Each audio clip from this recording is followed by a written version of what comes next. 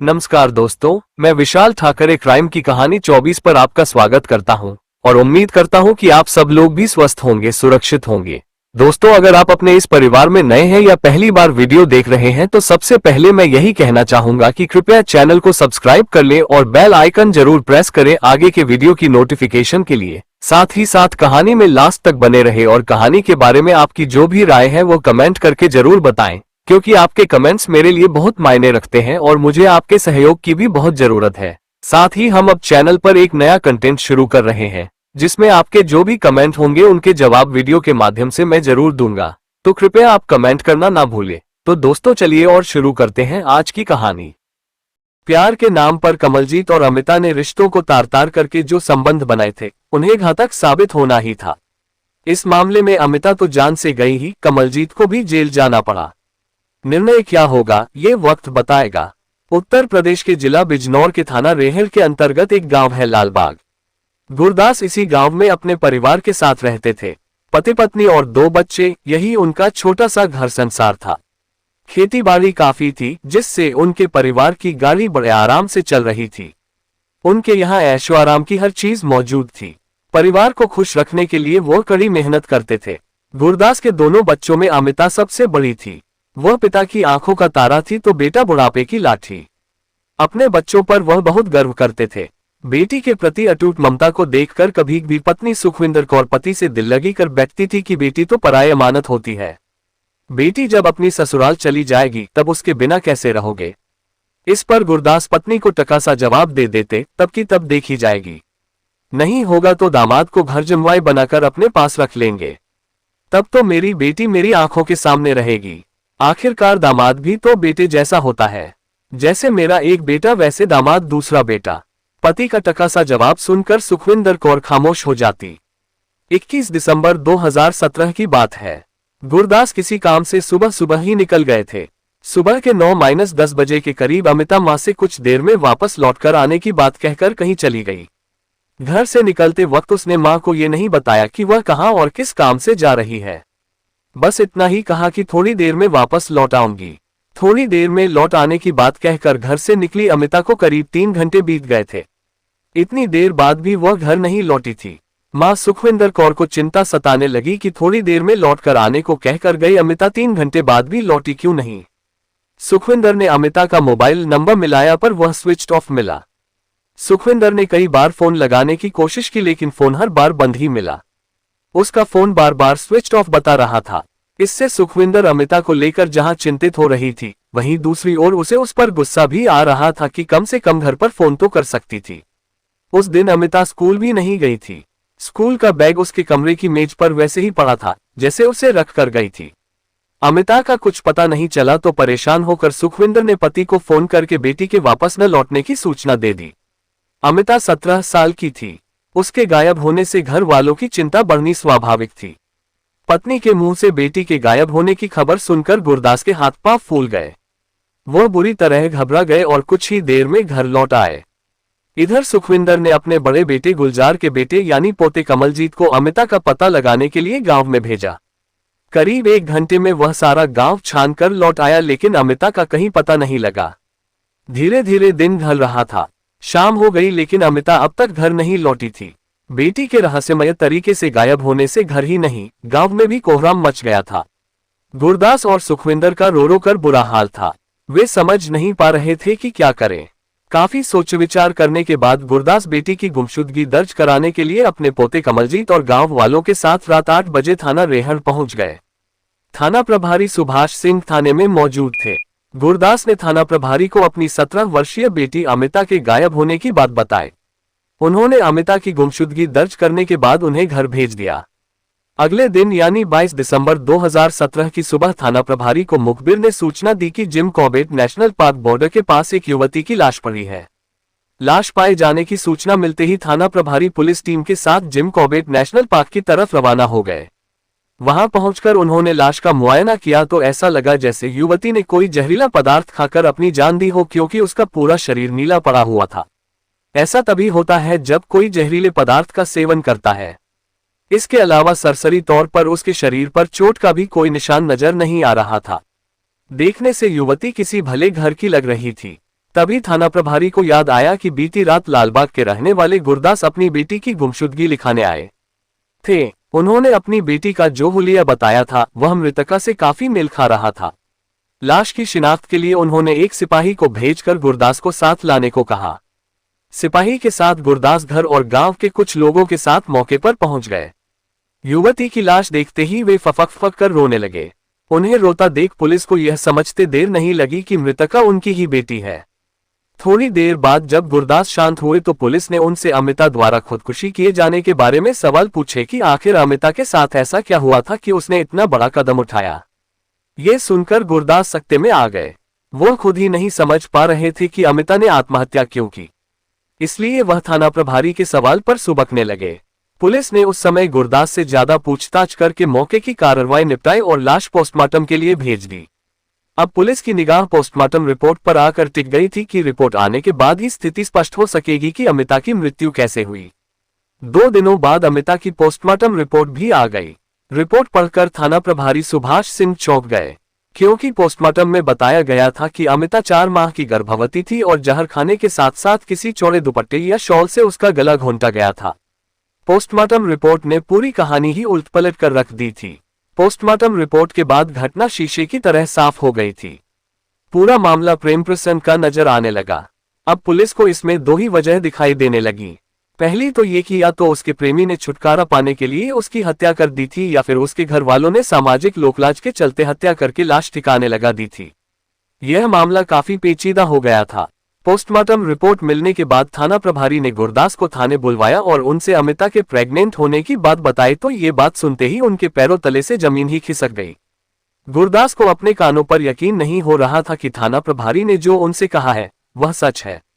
वह तो ये सोच कर हैरान परेशान हो रहे थे कि जब लोग सुनेंगे तो क्या कहेंगे, फिर समाज में वह अपना मुंह कैसे दिखाएंगे। पुलिस ने उनसे यह बात भी पूछी कि क्या अमिता का किसी से चक्कर चल रहा था, पर वह कुछ भी बताने में असमर्थ रहे। अमिता हत्याकांड की गुत्थी उलझ कर रह गई थी। धीरे धीरे 4 दिन बीत गए। कोई ऐसी कड़ी पुलिस के हाथ नहीं लग रही थी जिससे वह हत्यारों तक पहुंच पाती। पुलिस ने अमिता के फोन की कॉल डिटेल्स निकलवाई तो उसमें भी कोई ऐसा संदिग्ध नंबर नहीं मिला जिसे संदेह के घेरे में लिया जा सके। गुत्थी सुझाने के लिए पुलिस ने मुखबिर लगा दिए। इधर घर वाले भी इस बात से काफी परेशान रहने लगे कि आखिर अमिता के पेट में किसका बच्चा पल रहा था, उसका प्रेमी कौन था। पुलिस विवेचना कर रही थी तो उधर घर वाले भी अमिता के प्रेमी की जानकारी के लिए जुट गए। पता नहीं क्यों गुरदास का पोता कमलजीत कुछ परेशान सा रहने लगा था। उसके बात व्यवहार में भी अचानक से परिवर्तन आ गया था। बेटे की परेशानी देख उसके पिता गुलजार ने कमलजीत से बात की और पूछा कि आखिर वह इतना परेशान क्यों है। इससे पहले तो उसे इतना परेशान कभी नहीं देखा था। आखिर क्या बात हो सकती है जो वह इतना परेशान है। उधर मुखबिर ने पुलिस को कमलजीत के संदिग्ध चरित्र के बारे में बता दिया था।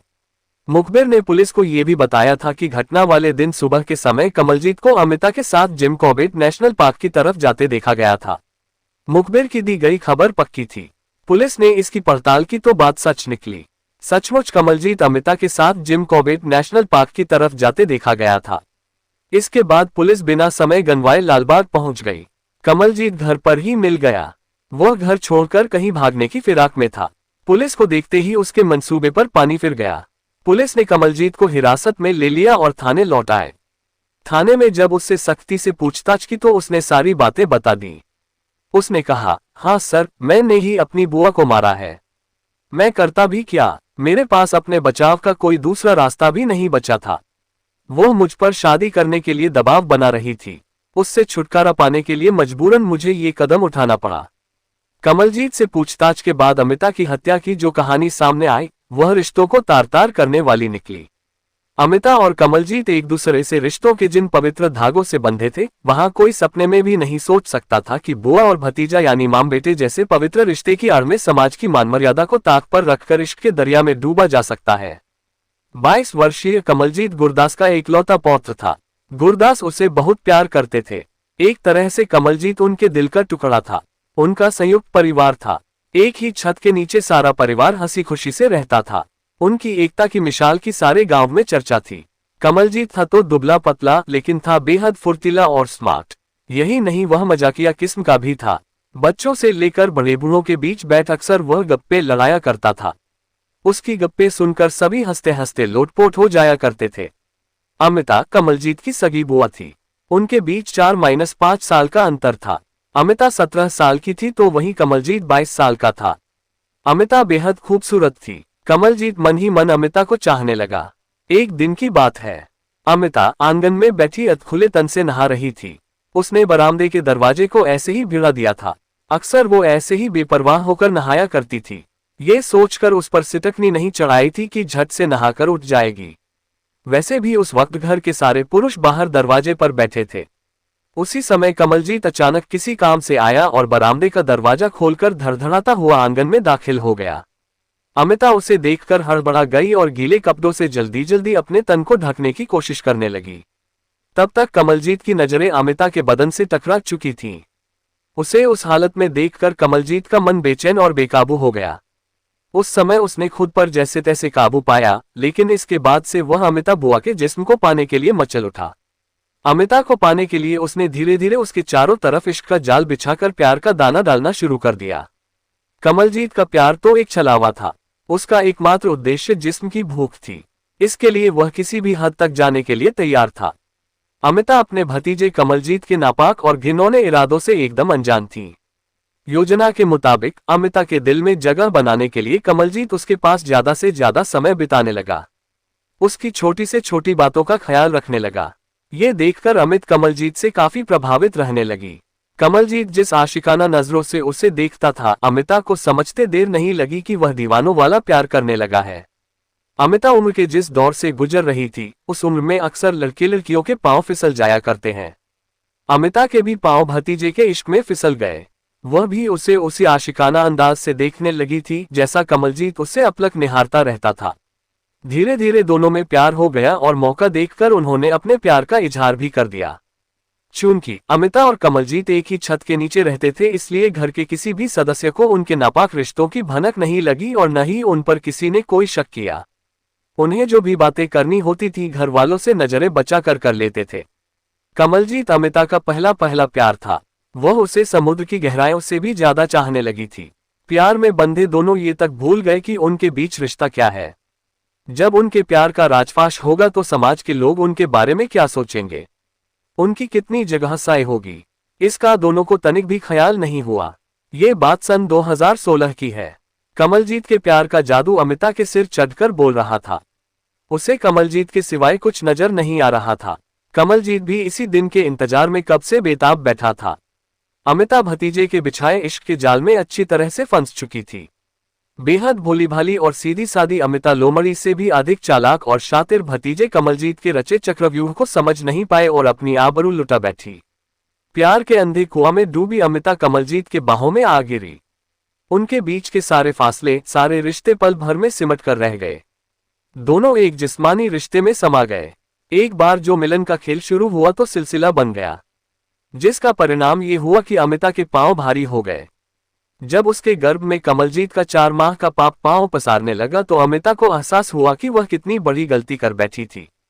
जब माँ बाप इस हालात के लिए उससे पूछेंगे तो वह क्या जवाब देगी, ये सोचकर उसकी रातों की नींद और दिन का चैन लुट चुका था। हर घड़ी वह परेशानी की मौत मरती रही। उसकी समझ में यह नहीं आ रहा था कि क्या करे, किसे अपने मन का हाल सुना कर जी हल्का करे। जब कुछ समझ में नहीं आया तो उसने कमलजीत से बात की कि वह उसके बच्चे की मां बनने वाली है। जल्द से जल्द कोई उपाय करे, नहीं तो समाज में जीना मुश्किल हो जाएगा। अमिता के मुंह से ये सुनते ही कमलजीत के होश उड़ गए। घबराहट के मारे पसीना छूटने लगा। उसे ऐसा लगा जैसे उसके पैरों तले से जमीन खिसक गई हो।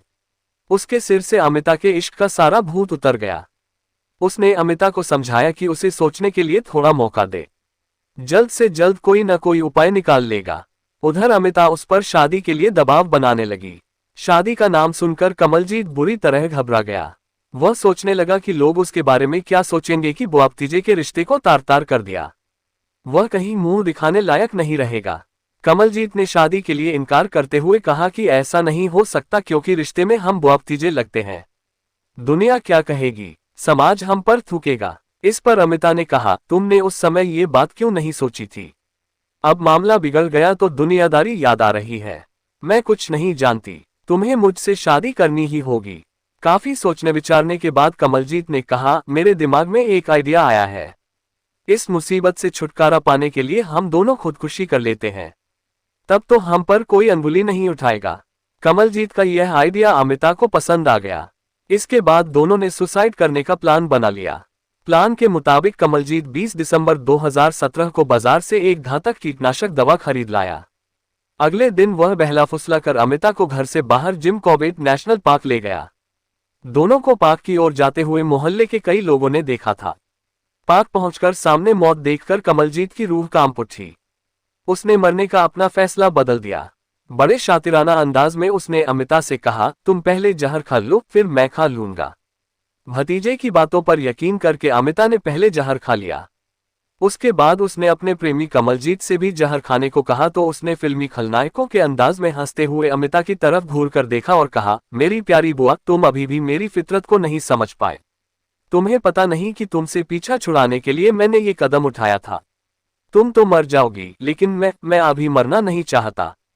जहर ने अमिता पर अपना असर दिखाना शुरू कर दिया। अमिता का शरीर ढीला पड़ने लगा। तभी कमलजीत ने उसके गले में लिपटे दुपट्टे से उसका गला घोंट दिया। अमिता कटे वृक्ष की तरह जमीन पर धड़ाम से जा गिरी। कमलजीत ने उसे हिला डुला कर देखा, वह मर चुकी थी। उसके बाद कमलजीत लाश को वहीं ठिकाने लगा कर इत्मीनान से घर लौट आया। जिस चालाकी और सफाई से कमलजीत ने अपना काम किया था, उसे ऐसा लगा था कि पुलिस उस तक नहीं पहुंच पाएगी। लेकिन अपराध कभी छिपता नहीं है। आखिरकार अपराधी को उन्हें जेल की सलाखों के पीछे पहुंचना ही होता है। कमलजीत के साथ भी यही हुआ। उससे पूछताछ करने के बाद पुलिस ने उसे न्यायालय में पेश कर जेल भेज दिया। दोस्तों, कहानी को लास्ट तक सुनने के लिए आपका तहे दिल से धन्यवाद। उम्मीद है कि कहानी में कुछ भी ऐसा नहीं होगा जो आपको अटपटा लगा हो। कहानी के बारे में आपकी क्या राय है, कमेंट करके जरूर बताएं, क्योंकि आपके कमेंट्स मेरे लिए बहुत मायने रखते हैं। तो चलिए दोस्तों, मिलते हैं फिर कल एक नई क्राइम की सच्ची कहानी के साथ। तब तक के लिए अपना ख्याल रखें। जय हिंद दोस्तों, जय भारत।